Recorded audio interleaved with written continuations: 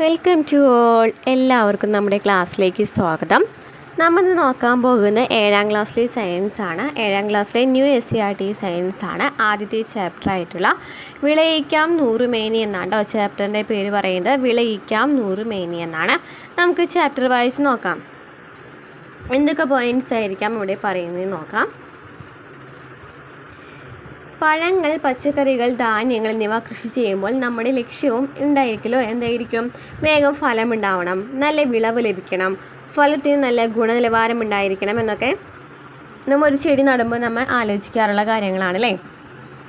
അപ്പോൾ അതിന് മുമ്പ് നമ്മൾ എങ്ങനെ ഒരു നല്ല ഫലം ഉണ്ടെന്നുണ്ടെങ്കിൽ നമ്മൾ എന്തൊക്കെയാണ് അതിനു വേണ്ടി ശ്രദ്ധിക്കേണ്ട കാര്യങ്ങളെന്ന് പറയുന്നത്? നമ്മൾ എന്തൊക്കെ കാര്യങ്ങളാണ് ഇവിടെ ശ്രദ്ധിക്കേണ്ടതായിട്ട് വരാം?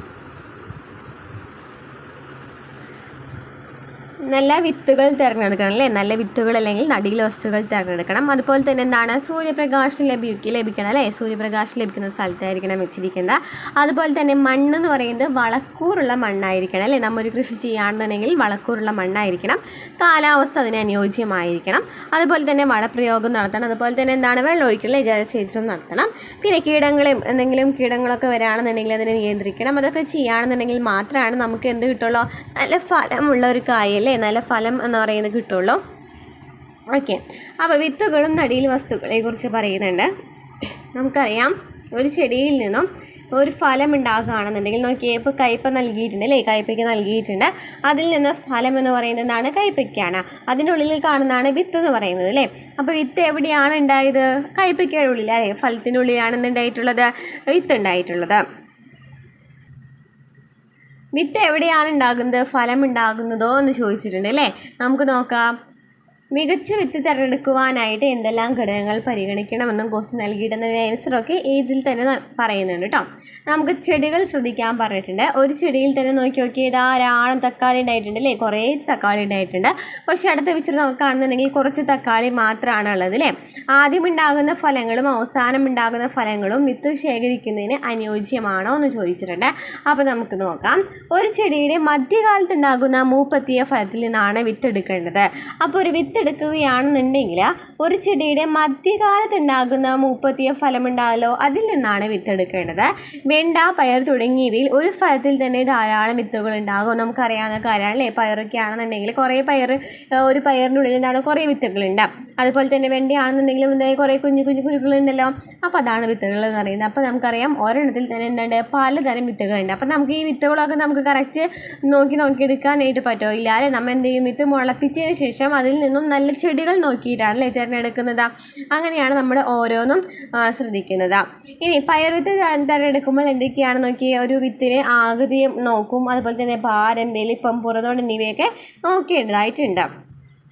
അപ്പോൾ നല്ല വിളവ് ലഭിക്കുവാനായിട്ട് ഗുണമേന്മയുള്ള വിത്ത് തിരഞ്ഞെടുക്കണം. എന്താണ് ഇവിടെ പറഞ്ഞു വരുന്നത്? നല്ല വിളവ് ലഭിക്കുന്നതിനായിട്ട് ഗുണമേന്മയുള്ള വിത്ത് തിരഞ്ഞെടുക്കണം. വിത്തിൻ്റെ ഗുണമേന്മ ഉറപ്പുവരുത്തുവാൻ വിത്തെടുക്കുന്ന ഫലം, ചെടി എന്നിവയും ഗുണമേന്മയുള്ളതായിരിക്കണം. അപ്പോൾ വിത്ത് തിരഞ്ഞെടുക്കുമ്പോൾ നല്ല വിളവ് ലഭിക്കണമെന്നുണ്ടെങ്കിൽ നല്ല വിത്തായിരിക്കണം ലഭിക്കേണ്ടത്. അതുപോലെ തന്നെ അങ്ങനെ നല്ല വിത്ത് ലഭിക്കണമെന്നുണ്ടെങ്കിൽ എന്താണ്? നല്ല വിത്തുകൾ ലഭിക്കണമെന്നുണ്ടെങ്കിൽ ആ ഫലം നമ്മൾ എടുക്കുന്ന ഒരു ചെടി ഉണ്ടല്ലോ, ആ ചെടിയും അതുപോലെ തന്നെ അതിനെ ഫലമൊക്കെ എന്തായിരിക്കണം? ഗുണമേന്മയുള്ളതായിരിക്കണം. എന്നാൽ മാത്രമല്ല നല്ല വിത്ത് നമുക്ക് ലഭിക്കുകയുള്ളൂ. ഓക്കെ, വിത്തിൽ നിന്ന് മാത്രമാണോ പുതിയ സസ്യങ്ങൾ ഉണ്ടാകുന്നത്? ആണോ? വിത്തിൽ നിന്ന് മാത്രമാണോ പുതിയ സസ്യങ്ങൾ ഉണ്ടാകുന്നത്? നമുക്ക് നോക്കാം. കറിവേപ്പിൻ്റെ എന്തിൽ നിന്നാണ് പുതിയ സസ്യം ഉണ്ടാകുന്നത്? കറിവേപ്പ് എങ്ങനെയാണ് ഉണ്ടാകുന്നത്? വേരിൽ നിന്നാണ് അല്ലേ. കറിവേപ്പിൻ്റെ വേര് മാത്രം, വേരോട് കൂടി കുഴിച്ചിട്ടാൽ മാത്രമാണ് എന്തുണ്ടാവുള്ളൂ? കറിവേപ്പ് ഉണ്ടാവുള്ളൂ. നെക്സ്റ്റ്, ഇഞ്ചിയാണെന്നുണ്ടെങ്കിലോ? ഇഞ്ചിയുടെ എന്താണ്? ഭൂകാണ്ഡമാണ് അല്ലേ. ഇഞ്ചിയാണെന്നുണ്ടെങ്കിൽ എന്താണ്? ഭൂകാണ്ഡം കുഴിച്ചിട്ടാൽ മാത്രമാണ് എന്തുണ്ടാവുള്ളൂ? ഇഞ്ചി ഉണ്ടാവുള്ളൂ. ഭൂകാണ്ഡം വേണം. ഇനി എന്താണ്? ഇല മുളച്ച് നൽകിയിട്ടുണ്ട്. അപ്പോൾ നമുക്ക് ആ പേരിൽ തന്നെ ഉണ്ട് അല്ലേ. ഇല മുളച്ചി എന്ന് പറയുമ്പോൾ എന്താണ്? ഇലയിൽ നിന്നാണ് അല്ലേ. ഇല കുഴിച്ചിട്ടാണെന്നുണ്ടെങ്കിൽ നമുക്ക് പുതിയ സസ്യം ഉണ്ടാകാം. ഇനി കുരുമുളകാണെന്നുണ്ടെങ്കിലോ? തണ്ട് കുഴിച്ചിട്ടാൽ അല്ലേ. കുരുമുളകാണെന്നുണ്ടെങ്കിൽ തണ്ട് കുഴിച്ചിട്ടാലാണ് എന്തുണ്ടാവാം? കുരുമുളകാണെന്നുണ്ടെങ്കിൽ തണ്ട് കുഴിച്ചിട്ടാൽ നമുക്ക് എന്ത് ചെയ്യാം? പുതിയ ചെടികൾ ഉണ്ടാക്കാം. അപ്പോൾ നമുക്ക് മനസ്സിലായി, വേരിൽ നിന്ന് മാത്രമല്ല, വിത്തിൽ നിന്ന് മാത്രമല്ല സസ്യങ്ങൾ ഉണ്ടാകുന്നത്. വേര്, അതുപോലെ തന്നെ എന്താണ്? തണ്ട്, ഇല, ഭൂകാണ്ഡം എന്നിവയിൽ നിന്നും സസ്യങ്ങൾ ഉണ്ടാകുന്നുണ്ട്. വേര്, തണ്ട്, ഇല, ഭൂകാണ്ഡം എന്നീ ഭാഗങ്ങളിൽ നിന്നും പുതിയ സസ്യങ്ങൾ ഉണ്ടാകുന്നുവെന്ന് മനസ്സിലായി. വിത്ത് പുളമ്പിച്ച് മാത്രമല്ല ഈ ഭാഗങ്ങൾ ഉപയോഗിച്ചും തൈച്ചെടികൾ ഉണ്ടാക്കാറുണ്ട്.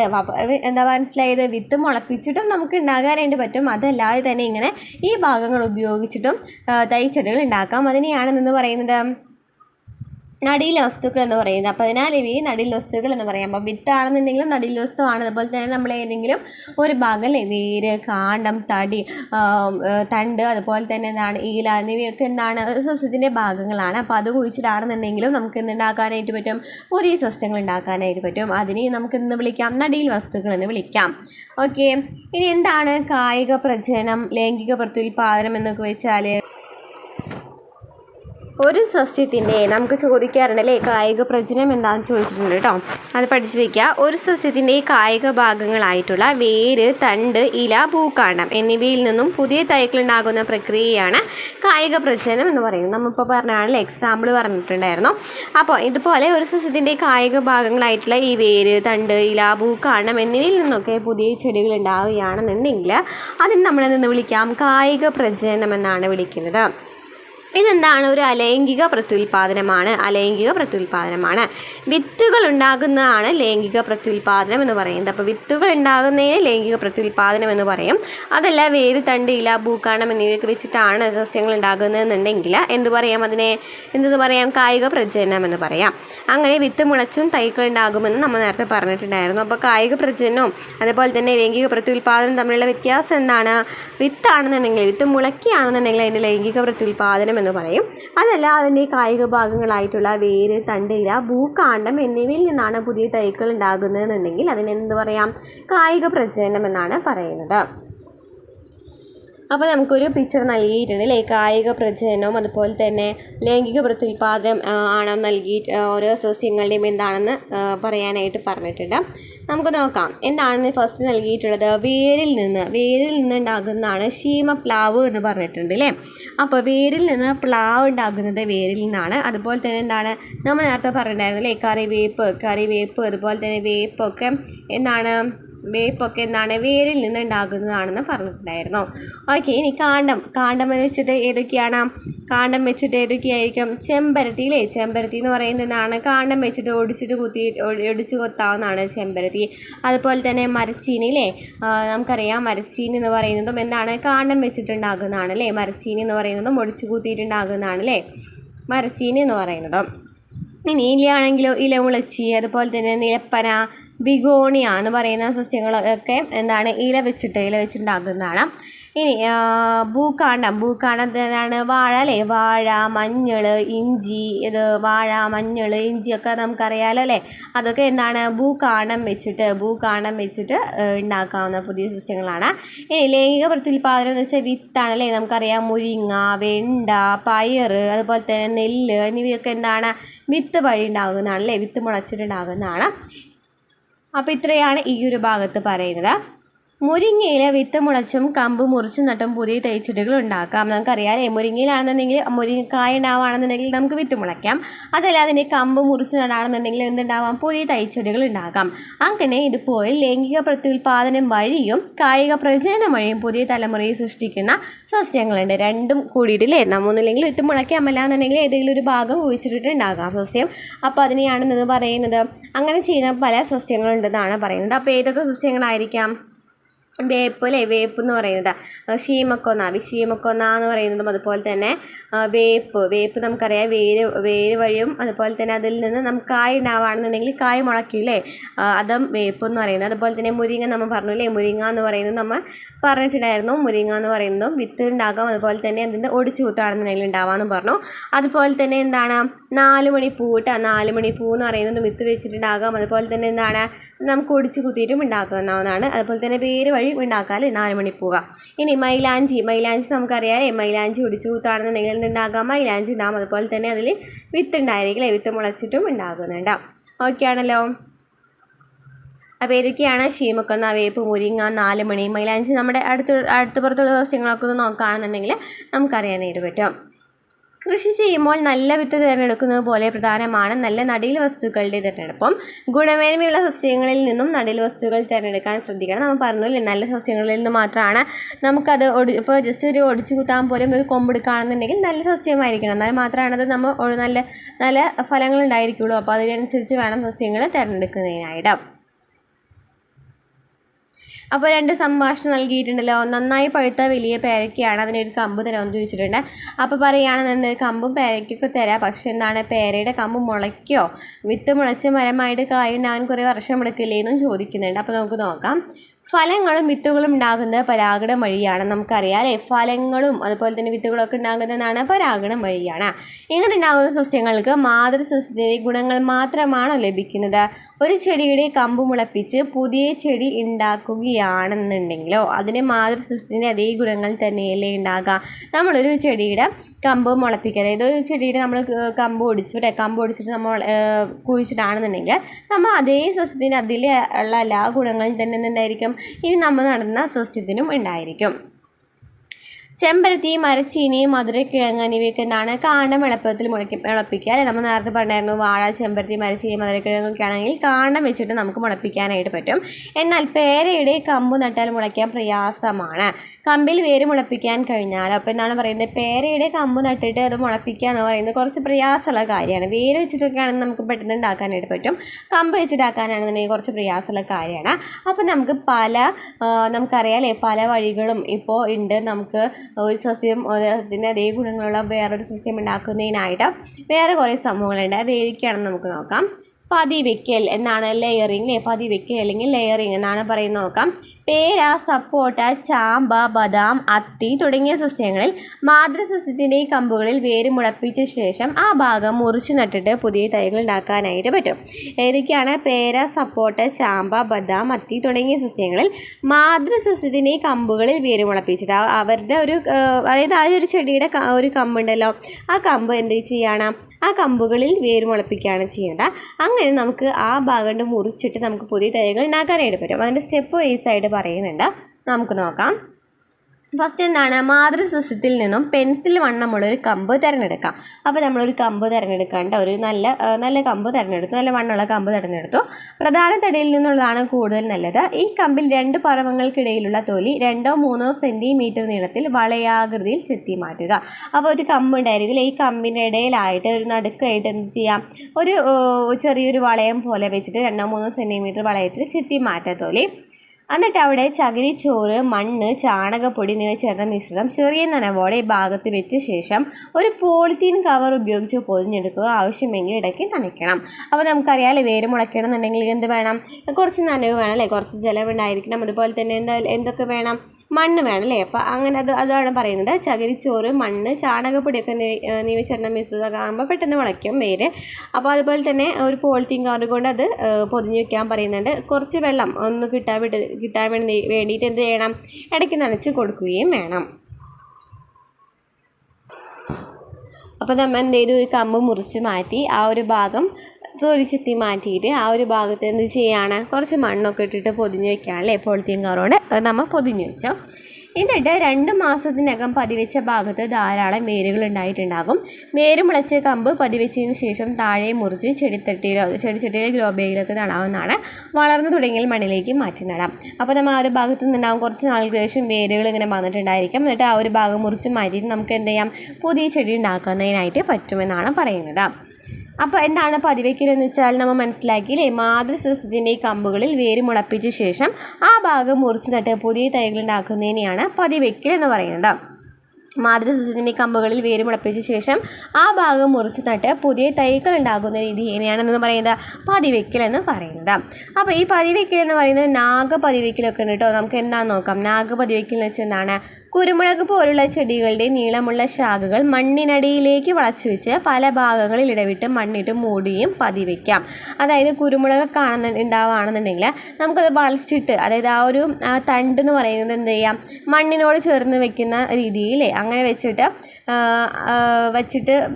എന്ത് സംഭവിക്കാം, അവിടെ മണ്ണ് മൂടിയിട്ട് ഇടാണെന്നുണ്ടെങ്കിൽ പതിവയ്ക്കാം എന്നാണ് പറയുന്നത്.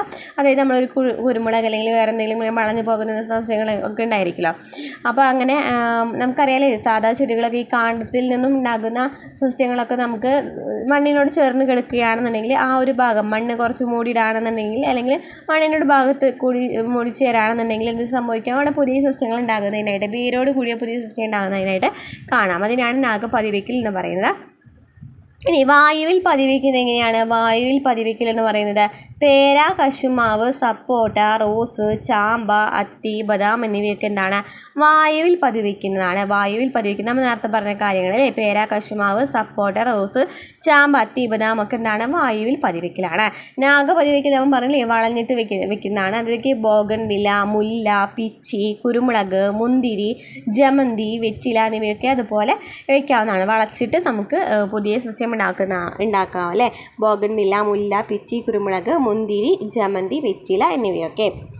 ഇനി പതിവെച്ചുണ്ടാകുന്ന സസ്യങ്ങളുടെ ചില സവിശേഷതകൾ എന്തൊക്കെയാണ്? മാതൃസസ്യത്തിൻ്റെ ഗുണങ്ങൾ ഉണ്ടാകും. നമ്മൾ പറഞ്ഞില്ലേ അതേ ഒരു സസ്യത്തിൻ്റെ ഗുണങ്ങൾ തന്നെയാണ് ഉണ്ടായിരിക്കുക. ചെടിയുടെ വലിപ്പവും ആയുർദൈർഘ്യം കുറവായിരിക്കും കേട്ടോ. ചെടിയുടെ വലിപ്പവും ആയുർദൈർഘ്യം കുറവായിരിക്കും. അങ്ങനെയൊക്കെ ചെയ്യുകയാണെന്നുണ്ടെങ്കിൽ വലിപ്പം കുറവായിരിക്കും, അതുപോലെ തന്നെ ആയുർദൈർഘ്യം കുറവായിരിക്കും. വേഗത്തിൽ പൂക്കുകയും കായ്ക്കുകയും ഒക്കെ ചെയ്യും, പക്ഷേ എന്താണ് ആയുസ് കുറവാണല്ലേ പറഞ്ഞത്. ഇനി തായ്വേര് പടലം ഉണ്ടായിരിക്കില്ല, അതിന് കൂടുതൽ പരിചരണം ആവശ്യമാണ് എന്നാണ് പറയുന്നത്. ഇനി വേര് മുളപ്പിക്കൽ ഇങ്ങനെയും തണ്ട് ഉപയോഗിച്ചുള്ള കായിക പ്രജനന രീതിയുടെ വിജയസാധ്യത പരമാവധി കൂട്ടുന്നതിനായിട്ട് ആക്സിൻ പോലുള്ള സസ്യ ഹോർമോണുകൾ അടങ്ങിയ ലായനിയിൽ വേര് മുളയ്ക്കേണ്ട കാണ്ഡഭാഗം മുക്കിവെച്ച് വേഗത്തിൽ വേര് പിടിപ്പിക്കുന്ന രീതി നിലവിലുണ്ട്. അപ്പോൾ നമ്മൾ പറഞ്ഞില്ല ഇങ്ങനെയൊക്കെ ചെയ്യുകയാണെന്നുണ്ടെങ്കിൽ ഭയങ്കര സ്ലോ ആയിട്ടായിരിക്കാം ആ സസ്യം ഉണ്ടാകുന്നത്. അപ്പോൾ അതിൻ്റെ സ്പീഡ് കൂടുന്നതിനായിട്ടൊരു ഹോർമോൺ കുത്തിവെക്കുകയാണ് ആക്സിൻ ഹോർമോൺ അല്ലേ. ഈ ആക്സിൻ ഹോർമോൺ എന്ന് പറയുന്നത് എന്തിനാണ്? വേരിൻ്റെ വളർച്ചയെ സഹായിക്കുന്നതിന് വേണ്ടിയിട്ടുള്ള ഒരു ഹോർമോണാണ്. അപ്പോൾ അത് വയ്ക്കുകയാണെന്നുണ്ടെങ്കിൽ ആ ലൈനിൽ ഈ വേര് മുളയ്ക്കേണ്ട കാണ്ഡഭാഗം മുക്കി വയ്ക്കുകയാണെന്നുണ്ടെങ്കിൽ പെട്ടെന്ന് സസ്യം ഉണ്ടാകുമെന്നാണ് പറയുന്നത്. ഇനി നമുക്ക് നെക്സ്റ്റ് പ്രോസസ്സ് നോക്കാം. കമ്പോട്ടിക്കൽ അല്ലെങ്കിൽ ഗ്രാഫ്റ്റിംഗ് അറിയാവുന്ന കാര്യമായിരിക്കും അല്ലേ. നോക്കിയേ ഈ മാവിൻ്റെ ഒരു തൈ വേണം. അപ്പോൾ അങ്ങനെയാണെന്നുണ്ടെങ്കിൽ നമ്മൾ എന്താണ് ചെയ്യാന്നാണ് പറയുന്നത്. നമ്മൾ അതിന് വേരൊന്നും ഇല്ലാന്നുണ്ടെങ്കിൽ നമ്മൾ എന്ത് ചെയ്യും എന്നാണ് ചോദിച്ചിരിക്കുന്നത്. നമ്മൾ മാങ്ങയിൽ വെച്ചിട്ട് വേണമെന്നുണ്ടെങ്കിൽ ആക്കാലേ, പക്ഷേ കുറേ വർഷങ്ങൾക്ക് ശേഷമാണ് ഉണ്ടാകാം. അപ്പോൾ അതല്ലാണ്ട് വേറെ എന്ത് വഴിയാണ് ഉണ്ടാക്കുന്നതാണ് ചോദിച്ചിരിക്കുന്നത്. നമുക്ക് നോക്കാം. നാടൻ മാവാണെന്നുണ്ടെങ്കിൽ രണ്ടും തമ്മിൽ കമ്പയർ ചെയ്യാണ്ട് നാടൻ മാവും അതുപോലെ തന്നെ നമ്മുടെ നീലമാവ് വാങ്ങി വെക്കുന്ന മാവും തമ്മിലുള്ള ഡിഫറൻസ് നമുക്ക് നോക്കാം. നാടൻ മാവാണെന്നുണ്ടെങ്കിൽ എന്താണ് ചെറിയ മാങ്ങാണ് ഉണ്ടായിരിക്കുക, അതുപോലെ തന്നെ പുളിയുള്ളതോ മധുരമുള്ളതായിട്ടുള്ള മാങ്ങ ഉണ്ടാകാം. നമ്മുടെ മണ്ണിൽ നന്നായിട്ട് വളരുന്നതാണ്, പ്രത്യേകം പരിചരണത്തിനൊന്നും ആവശ്യമില്ല. എന്നാൽ നീലമാവാണെന്നുണ്ടെങ്കിൽ വലിയ മാങ്ങയായിരിക്കും, മധുരമുള്ള മാങ്ങയായിരിക്കും, നമ്മുടെ മണ്ണിൽ അങ്ങനെ പെട്ടെന്നൊന്നും വളരില്ല, നല്ല പരിചരണം ആവശ്യമാണ് ഈ നീലമാവിനൊക്കെ. അപ്പോൾ നമുക്ക് ഈ രണ്ടും കൂടിയിട്ട് ഉണ്ടാവണമെന്നുണ്ടെങ്കിൽ നമ്മൾ എന്ത് ചെയ്താൽ മതി? ഗ്രാഫ്റ്റിംഗ് ചെയ്താൽ മതി.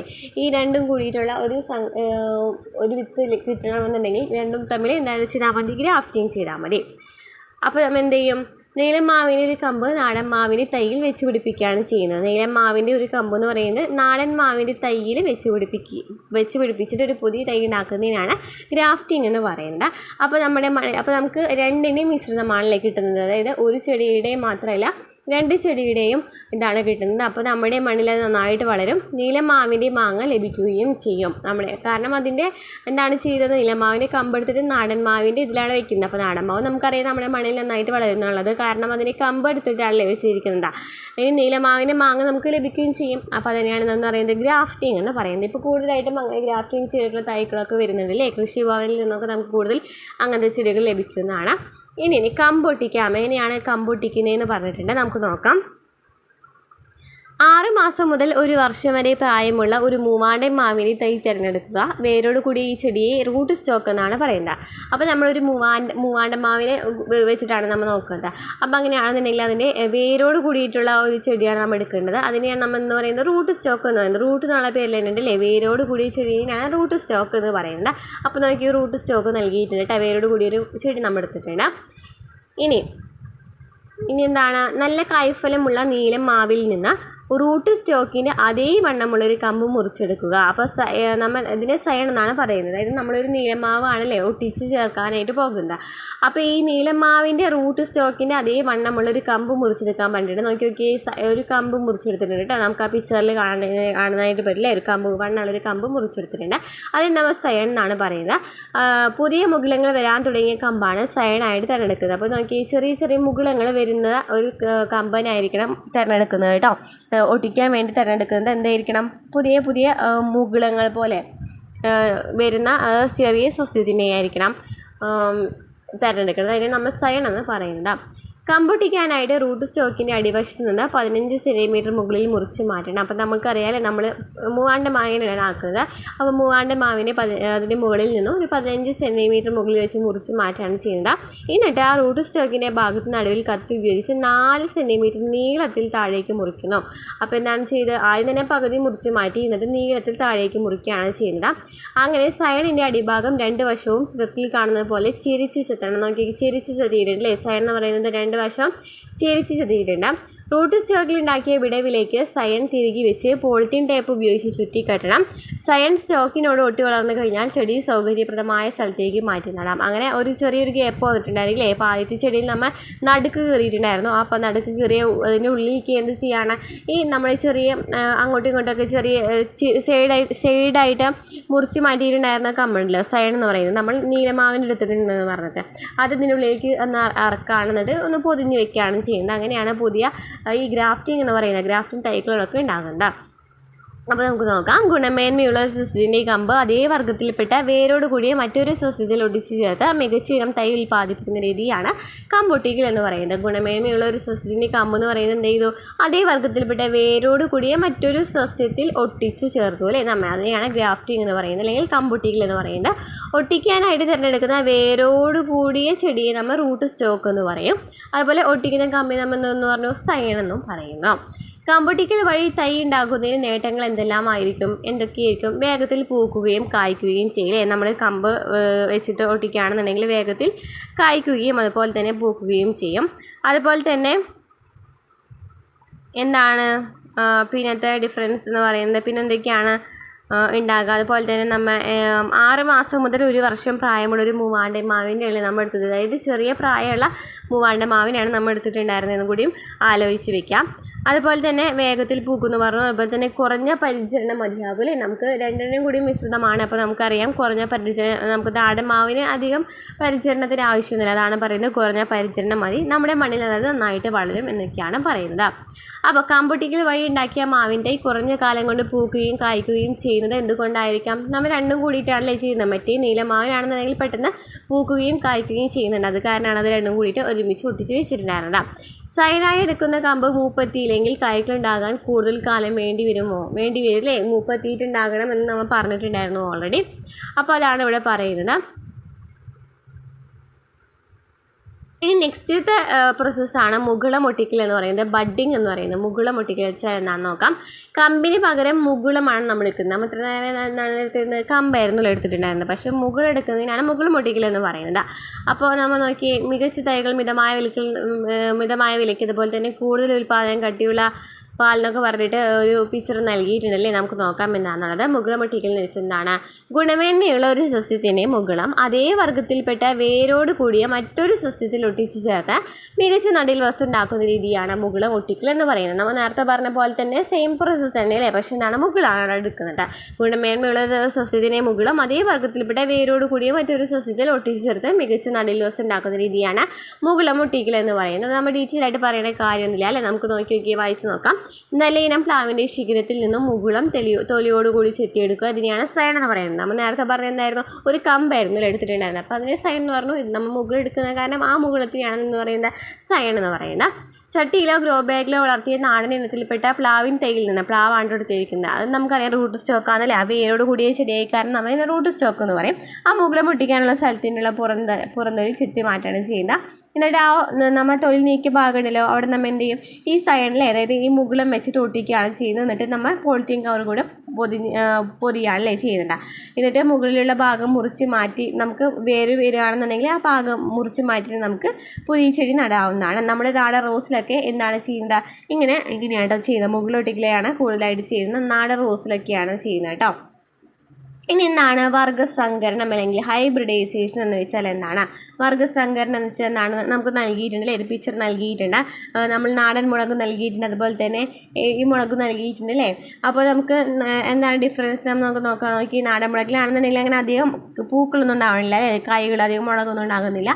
എന്നാൽ പുറത്ത് വാങ്ങിച്ച് തൈക്കളാണെന്നുണ്ടെങ്കിൽ എന്തുണ്ടാകുന്നുണ്ട്? നന്നായിട്ട് ഉണ്ടാകുന്നുണ്ട് അല്ലേ, ഫലം നന്നായിട്ട് ഉണ്ടാകുന്നുണ്ടെന്ന് നമുക്ക് ഇതിൽ നിന്ന് മനസ്സിലായി.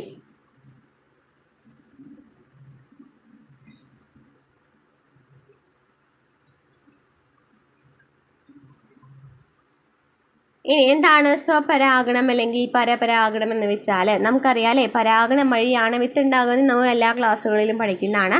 അപ്പോൾ സ്വപരാഗണം എന്ന് വെച്ചാൽ എന്താണ്? ഒരു ചെടിയുടെ തന്നെ രണ്ട് പൂക്കളുണ്ട് അല്ലേ, നമുക്ക് പിക്ചറിൽ നിന്ന് തന്നെ നമുക്ക് മനസ്സിലാക്കാൻ പറ്റില്ലേ, ഒരു ചെടിയിൽ തന്നെ രണ്ട് പൂക്കളുണ്ട്. അങ്ങനെ ഈ രണ്ട് പൂവിൽ ഒരു ചെടിയുടെ തന്നെ രണ്ട് പൂക്കളിൽ നടക്കുന്ന പരാഗണത്തെയാണെന്ന് പറയുന്നത് സ്വപരാഗണം എന്ന് പറയുന്നത്.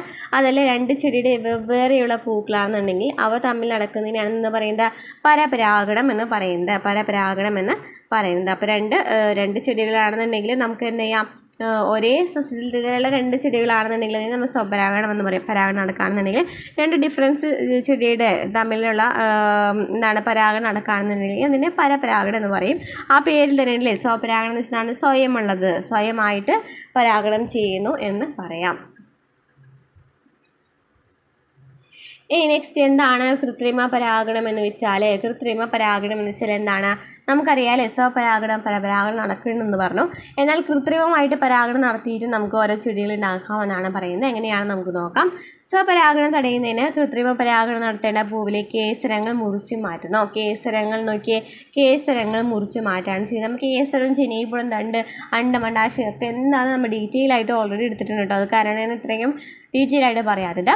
അപ്പോൾ നമ്മൾ എന്താണ് കേസരങ്ങൾ എടുത്തു അല്ലേ, കേസരങ്ങൾ ഈ മഞ്ഞ കാണുന്ന പൂമ്പൊടിയില്ല, അതാണ് നമ്മൾ കേസരങ്ങൾ എന്ന് പറയുന്നത്, അതെടുത്തു. എന്നിട്ട് ഈ പൂവിൽ മറ്റു പൂക്കളിൽ നിന്നും പരാഗരേണുക്കൾ എത്താതിരിക്കാൻ വേണ്ടി പൂവ് എന്താണ് പൊതിഞ്ഞ് കെട്ടിയിട്ട്, അപ്പോൾ അതിൽ നിന്നും അവർ സ്വയം പരാഗണം നടക്കാതിരിക്കുന്നതിന് വേണ്ടിയിട്ടാണ് നമ്മൾ ചെയ്യുന്നത്. അപ്പോൾ അതിൽ നിന്ന് പരാഗണം നടക്കുന്നതിന് എന്ത് വേണം? കേസരങ്ങൾ വേണം. ഈ കേസരങ്ങൾ മുറിച്ച് മരടി പൊതിഞ്ഞ് കെട്ടാണ്, വേറൊരു ഒന്നും അങ്ങോട്ടേക്ക് എത്താനായിട്ട് പാടില്ല. അതേ ഇനത്തിൽപ്പെട്ട വ്യത്യസ്ത ഗുണങ്ങളുള്ള ചെടിയിലെ പൂവിൽ നിന്നും പരാഗരേണുക്കൾ ബ്രഷിൽ ശേഖരിക്കും. എന്നിട്ട് എന്ത് ചെയ്യും? അതേ ഇനത്തിൽ തന്നെയുള്ള വേറെ സസ്യങ്ങളിൽ നിന്നും എന്ത് ചെയ്യാണ്? പരാഗരേണുക്കൾ ശേഖരിക്കുകയാണ്. നമുക്കറിയാം പരാഗരേണുക്കൾ എന്ന് പറയുന്നത് കേസരം എന്ന് പറയുന്നതൊക്കെ നമുക്കറിയാം. അപ്പോൾ അങ്ങനെ വേറൊരു ചെടിയുടെ പരാഗരേണുക്കൾ എത്തിക്കുകയാണ് ചെയ്യുന്നത്. അങ്ങനെ ഈ പരാഗരേണുക്കൾ ശേഖരിച്ച പരാഗരേണുക്കൾ കൃത്രിമ പരാഗണം നടത്തേണ്ട പൂവിനെ പരാഗണ സ്ഥലത്ത് പതിപ്പിക്കുന്നു. അങ്ങനെ മറ്റു പൂക്കളിൽ നിന്നുള്ള പരാഗണം തടയുന്നതിനായിട്ട് ഈ പൂ വീണ്ടും പൊതിഞ്ഞു കെട്ടുന്നു. അപ്പോൾ കേസരപൂടം നമ്മൾ മുറിച്ച് മാറ്റി എന്നിട്ട് നമ്മൾ എന്ത് ചെയ്തു? വേറെ പരാഗരേണുക്കൾ എടുത്തു. പരാഗരേണുക്കൾ എടുത്തിട്ട് ഇതിൻ്റെ അടുത്ത് കൊണ്ടുപോയിട്ട് എന്ത് ചെയ്യണം? പരാഗണം ചെയ്യിപ്പിക്കുകയാണ് ചെയ്യുന്നത്.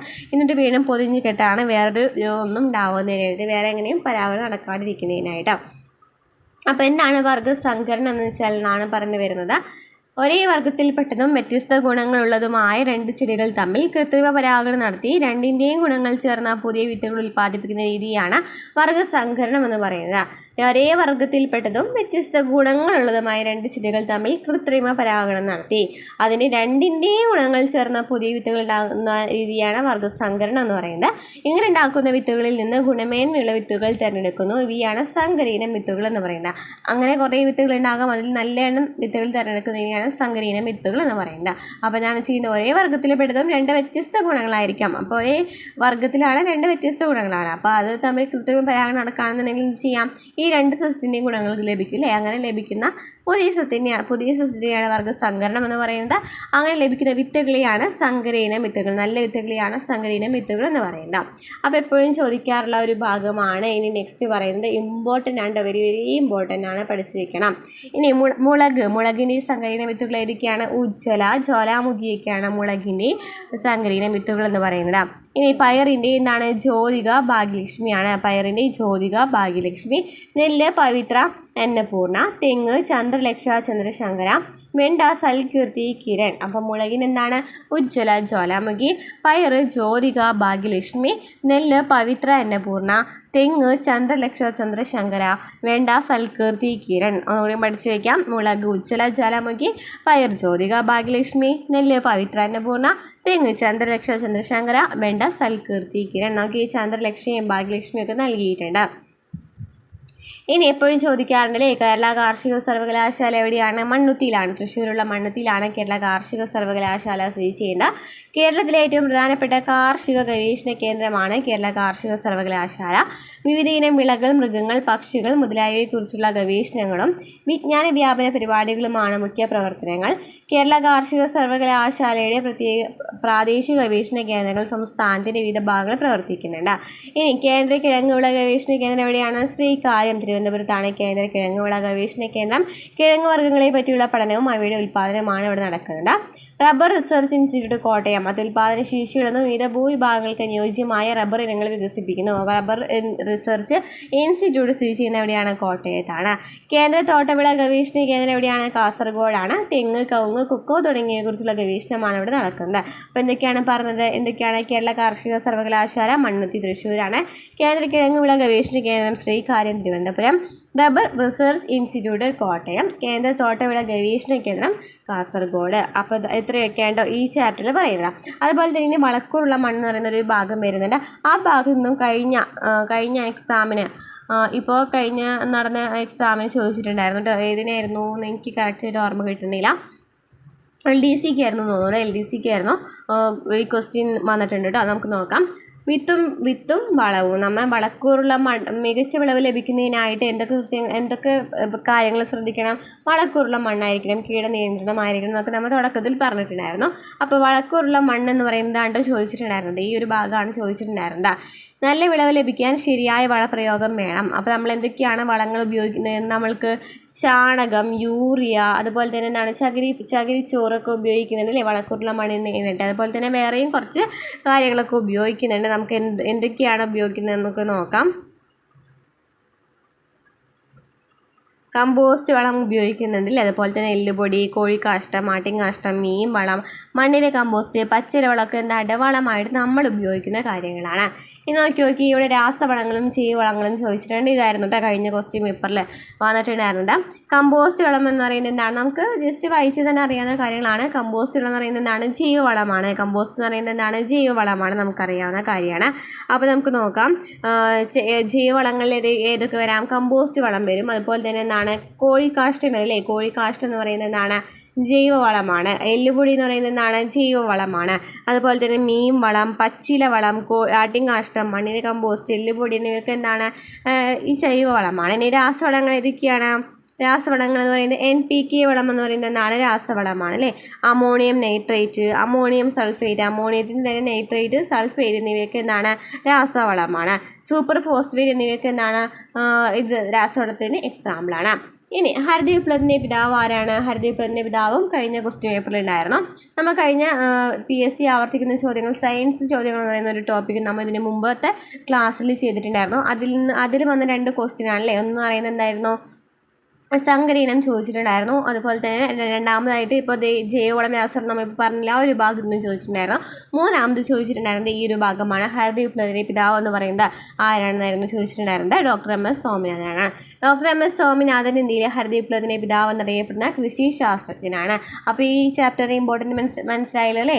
3 ക്വസ്റ്റ്യൻ ആണ് ഒരു ക്വസ്റ്റ്യൻ പേപ്പറിൽ വന്നിട്ടുണ്ടായിരുന്നത്. ഓക്കെ, അപ്പോൾ ഡോക്ടർ MS സ്വാമിനാഥനാണ് ഇന്ത്യയിലെ ഹരിതവിപ്ലവത്തിൻ്റെ പിതാവ് എന്നറിയപ്പെടുന്നത്.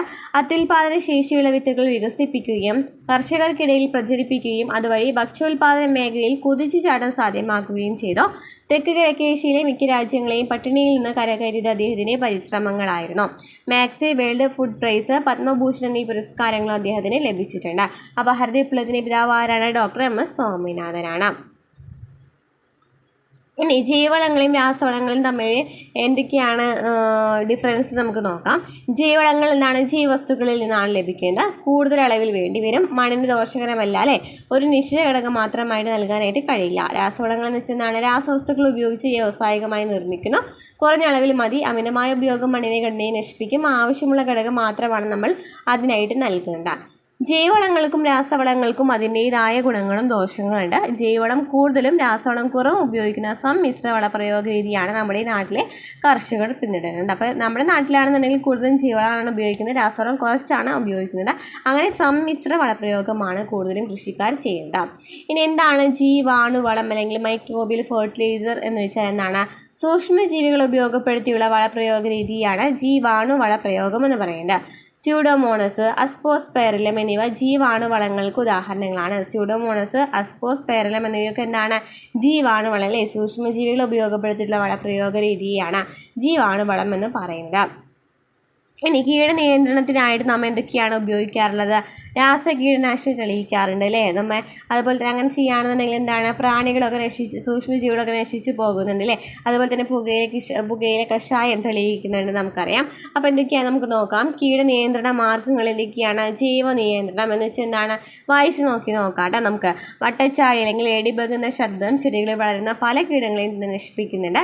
ഇത്തരത്തിലുള്ള മറ്റൊരു മിത്രകീടമാണ് ട്രൈക്കോഗ്രാമ എന്ന് പറയുന്നത്. ഇതുപോലെ തവള, അരണ, ഓന്ത്, വണ്ട് തുടങ്ങിയ ജീവികളൊക്കെ വിളകളെ ബാധിക്കുന്ന കീടങ്ങളെ നശിപ്പിക്കുന്നു. ഇത്തരം കീടനിയന്ത്രണത്തെയാണ് ജൈവ നിയന്ത്രണം എന്ന് പറയുന്നത്. കീടനാശിനികൾ പ്രയോഗിക്കുമ്പോൾ കീടങ്ങളോടൊപ്പം മിത്ര കീടങ്ങൾ നശിക്കുന്നുണ്ട്. അപ്പോൾ ജൈവ നിയന്ത്രണം എന്ന് വെച്ചാൽ ജൈവ കീടനാശിനികൾ ഉപയോഗിക്കുകയാണ് ചെയ്യുന്നത്. അതുപോലെ തന്നെ അരണ, ഓന്ത്, വണ്ട് ഇങ്ങനെ പല ജീവികളും അതിലുണ്ടായിരിക്കും. അപ്പോൾ അതിൽ മിത്ര കീടങ്ങൾ വരെ നശിച്ചു പോകുന്നുണ്ടെന്നാണ് പറയുന്നത്. ഇനി യാന്ത്രിക നിയന്ത്രണം എന്ന് വെച്ചാൽ എന്താണ്? ചില ഇനം പച്ചക്കറികളുടെ കായകൾ നശിക്കുന്ന ഒരു തരം സ്വർണ്ണ നിറമുള്ള ഈച്ചി നിങ്ങൾ ശ്രദ്ധിച്ചിട്ടുണ്ടായിരിക്കില്ലേ? അപ്പോൾ അതിന് വേണ്ടി നമ്മൾ എന്താണ് ചെയ്യേണ്ടത്? ഒരു പിടി തുളസിയില ചതച്ചിട്ട് ഒരു സ്റ്റീൽ പ്ലേറ്റിൽ വയ്ക്കുക. അല്പനേരം കഴിഞ്ഞ് ഈ പ്ലേറ്റ് നിരീക്ഷിക്കുക. അപ്പോൾ ഈ തുളസിയിലയുടെ മണം മൂലം ഈ സ്വർണ്ണ നിറമുള്ള ഈച്ചകൾ പ്ലേറ്റിലേക്ക് വരുന്നത് കാണാം. അങ്ങനെ പച്ചക്കറികളെ സംരക്ഷിക്കാമെന്ന് പറയുന്നുണ്ട്. ഇങ്ങനെ കെണികൾ ഉപയോഗിച്ചോ കൈകൊണ്ട് പെറുക്കി മാറ്റിയോ കീടങ്ങളെ നിയന്ത്രിക്കുന്ന രീതിയാണ് യാന്ത്രിക നിയന്ത്രണം എന്ന് പറയുന്നത്. കെണികൾ ഉപയോഗിച്ചിട്ട് അല്ലെങ്കിൽ കൈകൊണ്ട് പെറുക്കി മാറ്റി കീടങ്ങളെ നിയന്ത്രിക്കുന്ന രീതിയാണ് യാന്ത്രിക നിയന്ത്രണം എന്ന് പറയുന്നത്.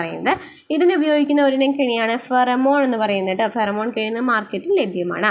ഇനി കീടനാശിനികൾ നമുക്കറിയാം. രാസ കീടനാശിനികളുണ്ട്, ജൈവ കീടനാശിനികളുണ്ട്.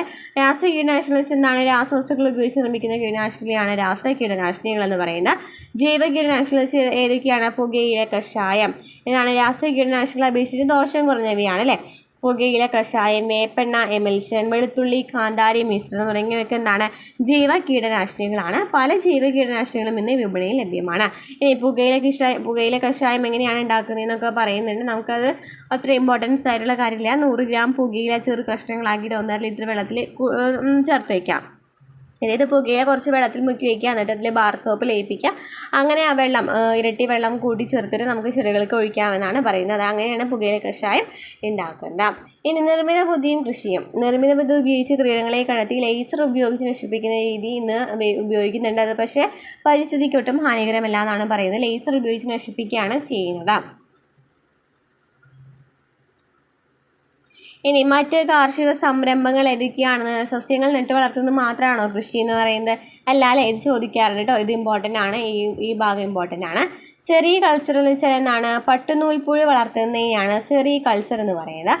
ഫ്ലോറികൾച്ചർ ഫ്ലവർ ആണ് അല്ലേ? പുഷ്പകൃഷിയാണ്. പിസികൾച്ചർ മത്സ്യകൃഷിയാണ്. അപ്പോൾ പിസികൾച്ചർ മത്സ്യകൃഷി, സെറികൾച്ചർ പട്ടുനൂൽപ്പുഴു വളർത്തൽ, ഫ്ലോറികൾച്ചർ പുഷ്പകൃഷി. ഇനി എപ്പികൾച്ചർ എന്താണ്? എപ്പികൾച്ചർ തേനീച്ച വളർത്തലിനെയാണ് എപ്പികൾച്ചർ എന്ന് പറയുന്നത്. ക്യൂണികൾച്ചർ എന്ന് വെച്ചാൽ മുയൽ വളർത്തലാണ്. ക്യൂണികൾച്ചർ മുയൽ വളർത്തൽ. മഷ്റൂം കൾച്ചറാണ് കൂൺ കൃഷി. പൗൾട്രി ഫാമിംഗ് എന്ന് വെച്ചാൽ കോഴിക്കൃഷിയാണ്. ലൈവ് സ്റ്റോക്ക് ഫാമിംഗ് എന്ന് വെച്ചാൽ കന്നുകാലി വളർത്തലാണ്. അപ്പോൾ കന്നുകാലി വളർത്തലിനെ ലൈവ് സ്റ്റോക്ക് ഫാമിംഗ് എന്ന് പറയും. കോഴിക്കൃഷിയാണെങ്കിൽ പൗൾട്രി ഫാമിംഗ് എന്ന് പറയും. കൂൺ കൃഷിയാണെങ്കിൽ മഷ്റൂം കൾച്ചർ. മുയൽ വളർത്തലാണെങ്കിൽ ക്യൂണി കൾച്ചർ എന്ന് പറയും. തേനീച്ച വളർത്തലാണെങ്കിൽ എപ്പി കൾച്ചർ. അതുപോലെ തന്നെ പുഷ്പകൃഷി ഫ്ലോറി കൾച്ചർ. പട്ടുനൂൽപ്പുഴു വളർത്തൽ സെറി കൾച്ചർ. മത്സ്യകൃഷി വെച്ചതാണ് പിസി കൾച്ചർ. അപ്പോൾ ഇത്രയൊക്കെയുണ്ടോ ഈ ചാപ്റ്ററിൽ വരുന്നത്. ഇതിൽ നമുക്ക് ഇമ്പോർട്ടൻ്റ് ആയിട്ടുള്ള ഭാഗങ്ങളുണ്ടായിരുന്നു. ജസ്റ്റ് വായിച്ച് വിടാനുള്ള കുറച്ച് കാര്യങ്ങൾ, നമുക്കറിയാവുന്ന കുറച്ച് കാര്യങ്ങളുണ്ടായിരുന്നു അല്ലേ? അപ്പോൾ നമ്മുടെ ക്ലാസ്സുകൾ ഇഷ്ടമാണെങ്കിൽ സപ്പോർട്ട് ചെയ്യാം കേട്ടോ. നമുക്ക് അടുത്ത ക്ലാസ്സുമായിട്ട് വീണ്ടും കാണാം.